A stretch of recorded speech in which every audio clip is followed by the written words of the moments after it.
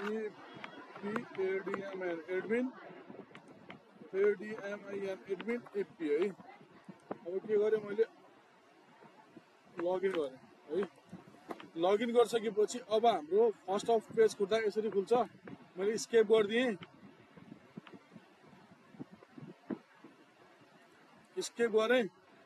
अब return to the home पेजमा गएँ है। त्यो गरिसकेपछि मैले फर्स्ट अफ अल के गर्छु भने अब एडभान्समा गएर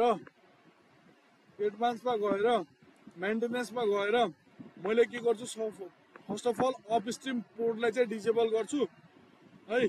एउटा ल्यान्ड पोर्टमा चाहिँ म अपस्ट्रिम पोर्टलाई राखिदिन्छु है। या ल्यान्डलाई 1 लाई राख या ल्यान्ड 4 लाई राखिदिएँ। मैले ल्यान्ड 4 लाई राखेँ, अप्लाई गरेँ, ओके गरेँ। एकछिन हाम्रो राउटर चाहिँ रिबुट हुन्छ है।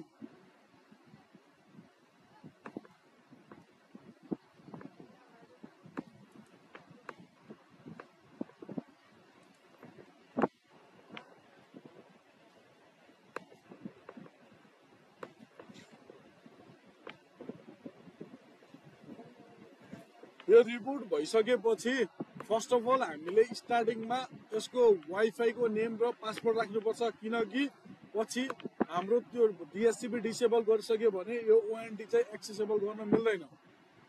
हाम्रो ल्यान्ड आइपी पनि चेन्ज गर्छौं र यसको एक्सेसेबल पनि चेन्ज गर्छौं भने हाम्रो अनि ओएनडी चाहिँ लगइन गर्न मिल्दैन है। यो अफ आइसक्यो। अफ आइसकेपछि अब मैले के गरेँ भने फर्स्ट अफ अल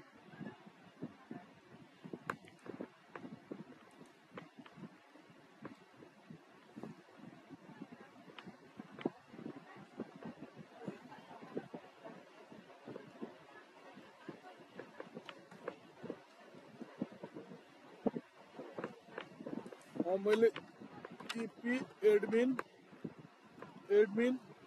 ईपी गरेँ, लगइन गरेँ है। अनि म एडभान्समा जान्छु। फर्स्ट अफ अल मैले वायरलेसको पासपोर्ट र एसएसआइडी नेम चाहिँ राख्छु है। अब मैले यसमा के गरेँ, ल TEST टेस्ट भनेर राखेँ। पासपोर्ट 1 2 3 4 5 6 7 8 राखेँ है। अनि मैले अप्लाई गरिदिएँ। अप्लाई गरिदिसकेपछि म गएँ कहाँ भने वाइन प्रोफाइलमा गइसकेपछि मैले यसमा के चेन्ज गर्छु भने मैले नर्मल्ली हाम्रो वाइनेबल र भिल्यानलाई चाहिँ मैले के गरिदिन्छु, अप्लाई गरिदिन्छु है। अनटिक गरेर अप्लाई गरिदिएँ। त्यसपछि म ल्यान्डमा जान्छु। ल्यान्डको पहिला L2 L3 पोर्टहरुमा मैले अब टिक गर्छु। 1 2 3 लाई चाहिँ मैले अप्लाई गरेँ, क्लिक गरेँ है। गरिसकेपछि अब मैले के गर्छु त, सेकेन्ड अप्सनमा वाइन प्रोफाइलमै गएँ है। वाइन प्रोफाइलमा गइसकेपछि यसैको 1 2 3 लाई चाहिँ मैले टिक गरेर अप्लाई गरिदिएँ है। अब जान्छु सेकेन्डमा म भनेको ल्यान्ड प्रोफाइल को डिएससिपी सर्भरमा गएर म सबैलाई चाहिँ अनटिक गरिदिन्छु। डिएससिपी पोल सबै अनटिक गरिदिन्छु, अप्लाई गरिदिन्छु हैन। अप्लाई गरिसकेपछि अब ल्यान्ड होस्ट आइडी चेन्ज गर्नु छ है। ल्यान्ड होस्ट आइडी मैले 18 को छ भने 10.1 को राखिदिएँ हैन। अनि अप्लाई गरेँ। अब यति गरिसकेपछि हाम्रो इन्टरनेट चल्नु पर्छ। मैले के गरेँ त, अब यसलाई सिधै ल्यान्ड 3 मा कनेक्ट गरेँ है।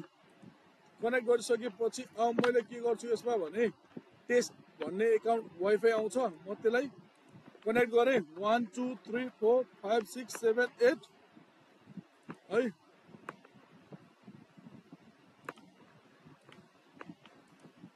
कनेक्ट भयो।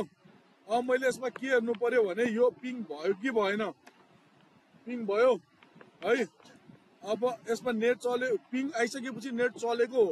अब मैले के गरेँ त, युट्युब खोलिदिएँ। ल मैले युट्युबमा पनि केही भिडियोहरू चलाउँछु त, चल्छ कि चल्दैन हेरौँ है त।